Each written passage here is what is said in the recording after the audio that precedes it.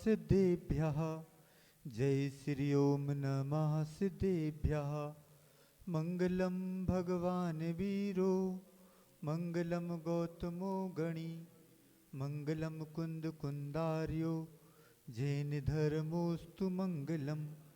सर्वमंगल मांगल्यम सर्वकल्याणकारकम प्रधानम सर्वधर्मानां जैनम जयतु शासनम। जैनम जयतु शासनम। अनंतानंद सिद्ध परमेष्टि भगवान की, 24 तीर्थंकर भगवान की, आचार्य भगवान श्री कुंद कुंद स्वामी की, गुरु नाम गुरु आचार्य भगवान ज्ञान सागर जी महामुनि राज की, परम उपकारी गुरुदेव विद्या सागर जी महामुनि राज की, परम पूज मुनि श्री विमल सागर जी महाराज की, 3 कम 9 करोड़ मुनि महाराजों की।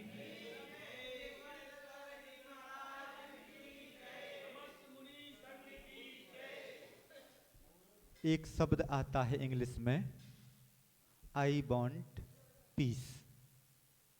आई वॉन्ट पीस, मैं शांति चाहता हूँ। हर व्यक्ति शांति चाहता है, परंतु शांति के काम नहीं होते हैं। इस अपेक्षा से कहा जा सकता है कि आदमी ऊपर ऊपर शांति चाह रहा है, अंदर से शांति चाह ही नहीं रहा है।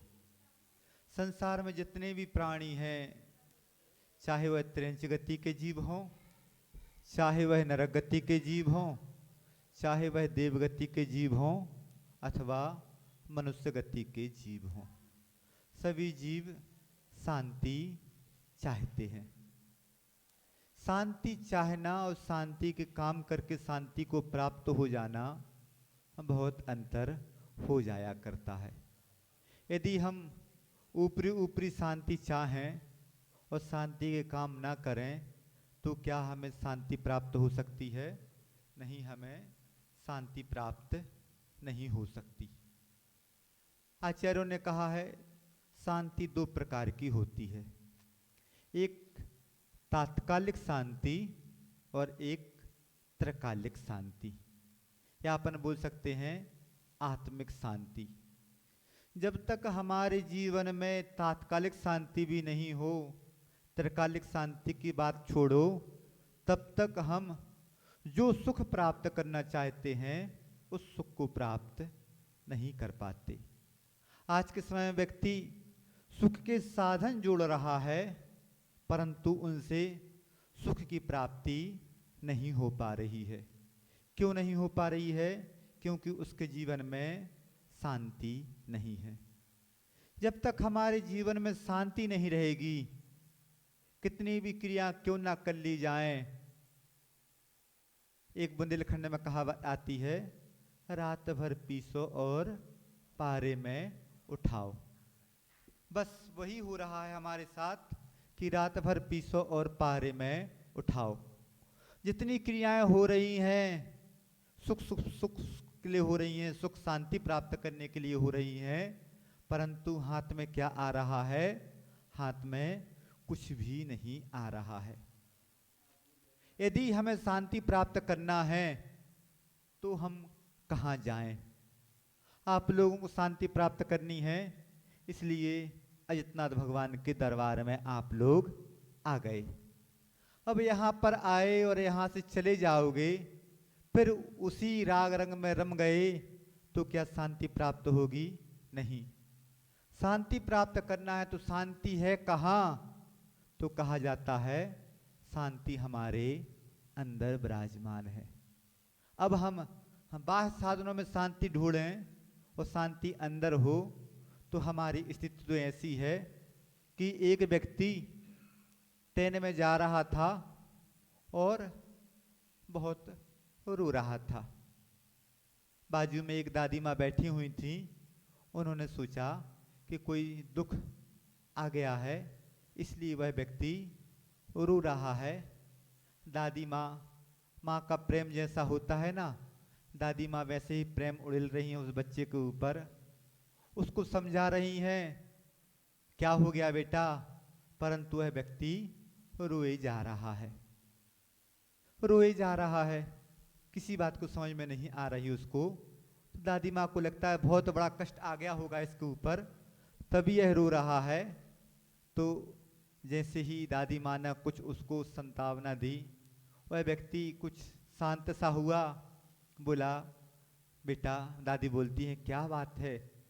बोलता है कि मैं दूसरी ट्रेन में चढ़ गया हूँ, मैं दूसरी ट्रेन में चढ़ गया हूँ।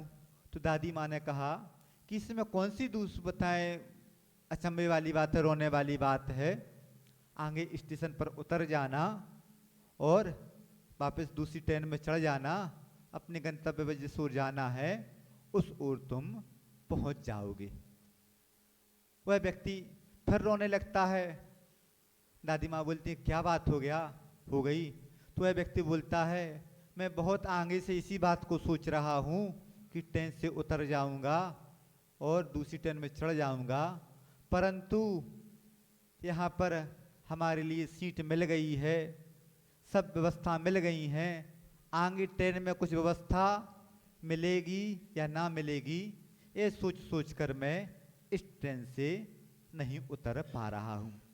अब ऐसी स्थिति हमारी कुछ तुम्हारी है कि जो ट्रेन हमें प्राप्त करनी है, जिस ट्रेन से हम अपने गंतव्य की ओर जा सकते हैं, उस ट्रेन पर तो हम चढ़े नहीं हैं, और दूसरी ट्रेन जो विपरीत दिशा में जा रही है उस ट्रेन पर हम चढ़ चुके हैं। अब सोचो कि क्या हमें शांति मिलेगी?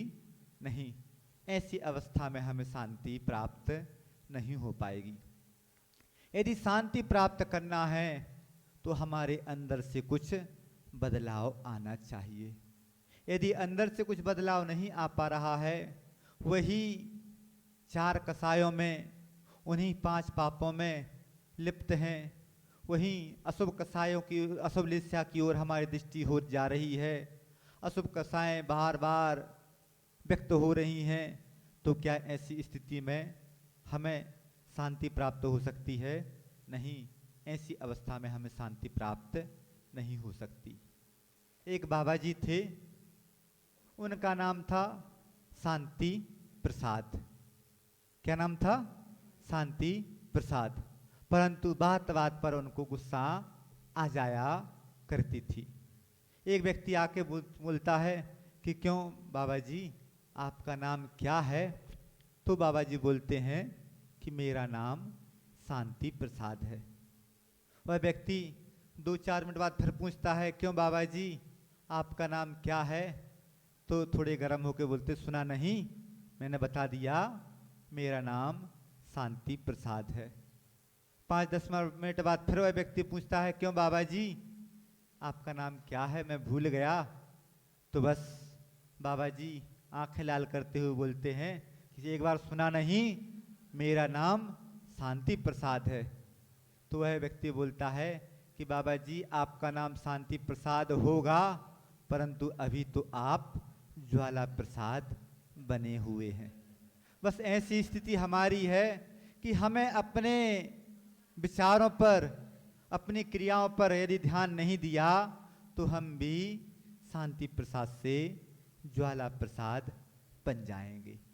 अब हम अपने अंदर क्या परिवर्तन लाएं कि हम शांति प्रसाद से शांति प्रसाद बने रहें?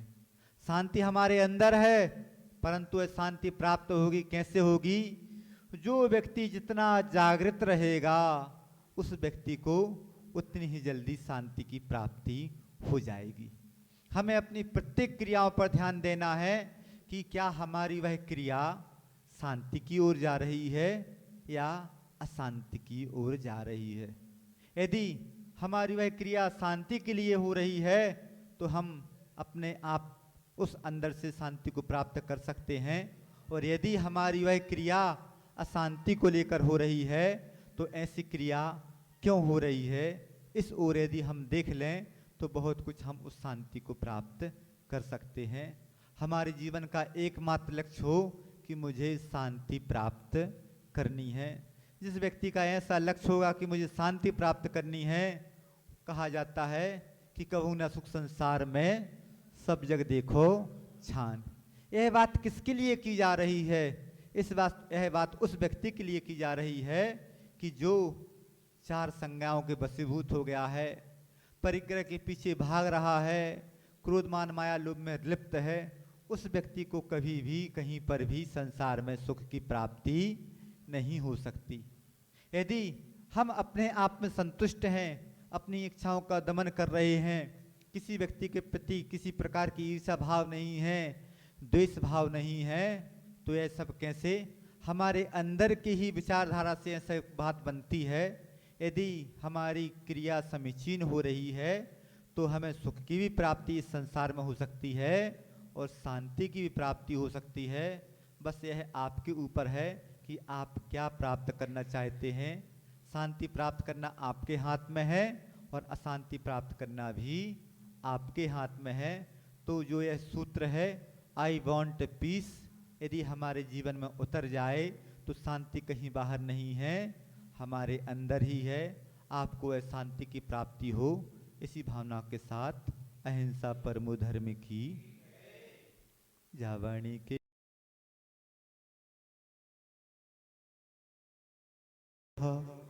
मंगलम भगवान वीरो मंगलम गौतमो गणी मंगलम कुंद कुंदार्यो जैन धर्मोस्तु मंगलम सर्व मंगल मांगल्यम सर्व कल्याणकारिकम प्रधानम सर्व धर्मानां जैनम जयतु शासनम जैनम जयतु शासनम। अनंतानंद सिद्ध परमेष्ठी भगवान की, 24 तीर्थंकर भगवान की, आचार्य भगवान श्री कुंद कुंद स्वामी की, गुरु नाम गुरु आचार्य भगवान ज्ञान सागर जी महामुनिराज की, परम उपकारी गुरुदेव विद्यासागर जी महामुनिराज की, परम पूज मुनि श्री 108 विमल सागर जी महाराज की, 3 कम 9 करोड़ मुनि महाराजों की।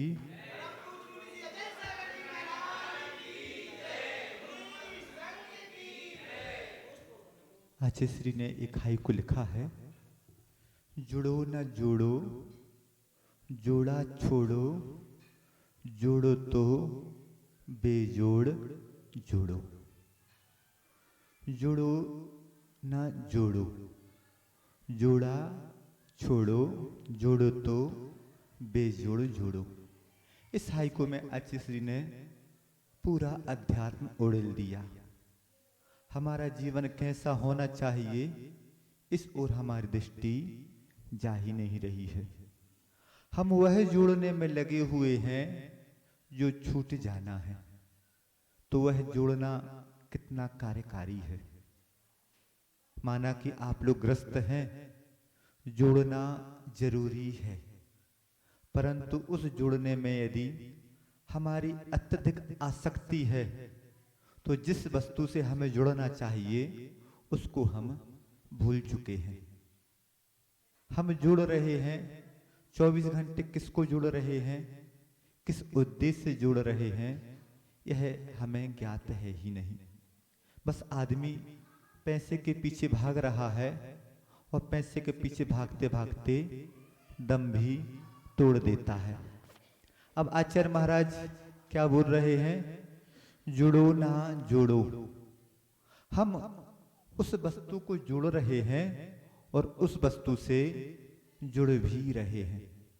और जब तक हम उस वस्तु से जुड़ते रहेंगे तो बिना आसक्ति के, बिना मूर्छा के उस वस्तु से जुड़ना होता ही नहीं है।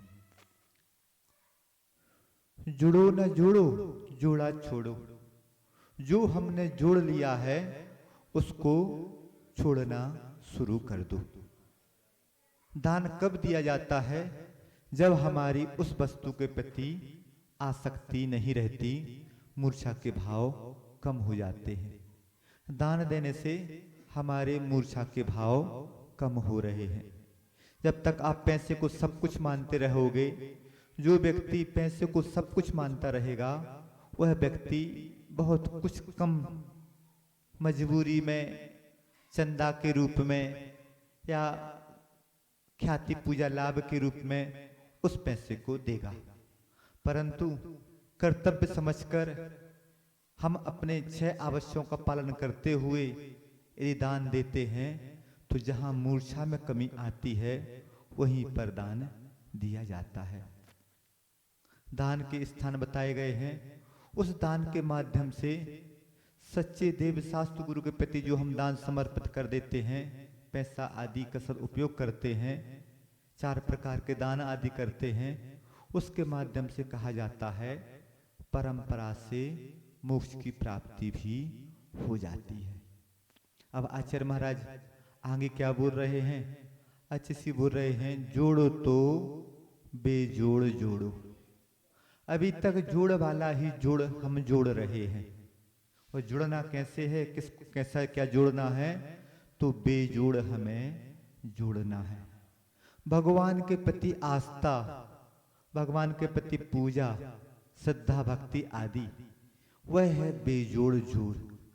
जो एक बार बीतराग प्रभु से लगन लगा ली, वह लगन हमें सम्यक दर्शन की प्राप्ति में कारण हो जाती है, और उस सम्यक दर्शन के माध्यम से हमारा ऐसा बेजोड़ जोड़ हो जाता है कि हम स्वयं भगवान बन जाते हैं। अब छोड़ना है, छूट जाना है, जोड़ना है, बेजोड़ जोड़ना है। सब छूट जाएगा, साथ कुछ भी नहीं जाएगा। साथ क्या जाएगा? जो हमारा सम्यक दर्शन है वह हमारे साथ जाने वाला है। जो हमने भगवान की बीतराग प्रभु की आराधना की है, उसके माध्यम से जो पुण्य की प्राप्ति हुई है वह पुण्य साथ में जाने वाला है। परंतु अधिकांश व्यक्ति 6 आवश्यक होते हैं और 60 कर्म होते हैं। 60 कर्म क्या हो गया? असी मसी कृषि वाणिज्य सेवा आदि, यह हो गए 60 कर्म।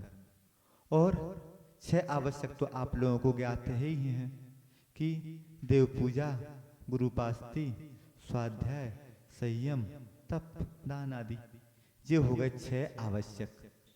तो जो 60 कर्म हम कर रहे हैं, उन 60 कर्म के माध्यम से हमें पाप का ही अर्जन होना है।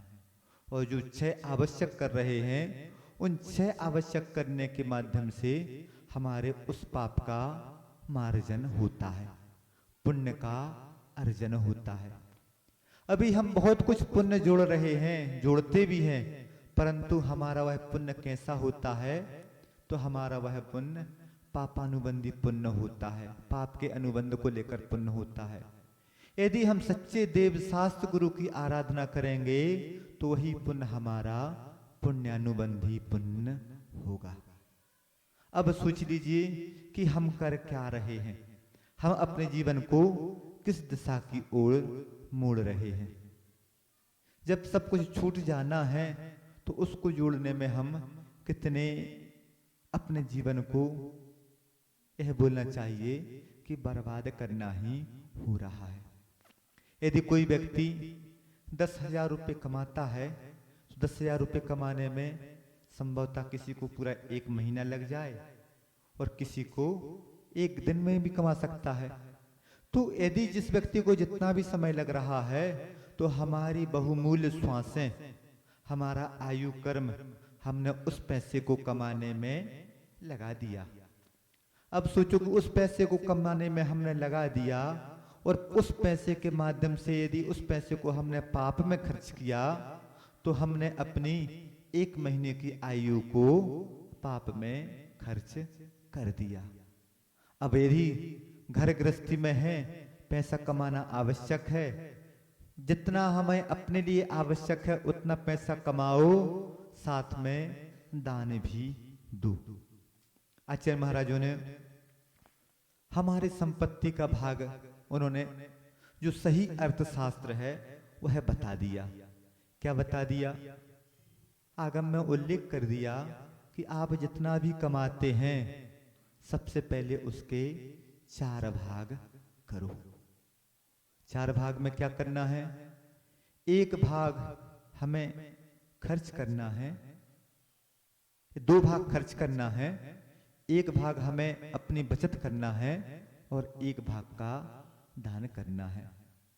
यदि आप 100 रुपये कमाते हो तो 50 रुपये खर्च करो, 25 रुपये बचाओ और 25 रुपये दान करो। यह हो गया उत्तम मार्ग।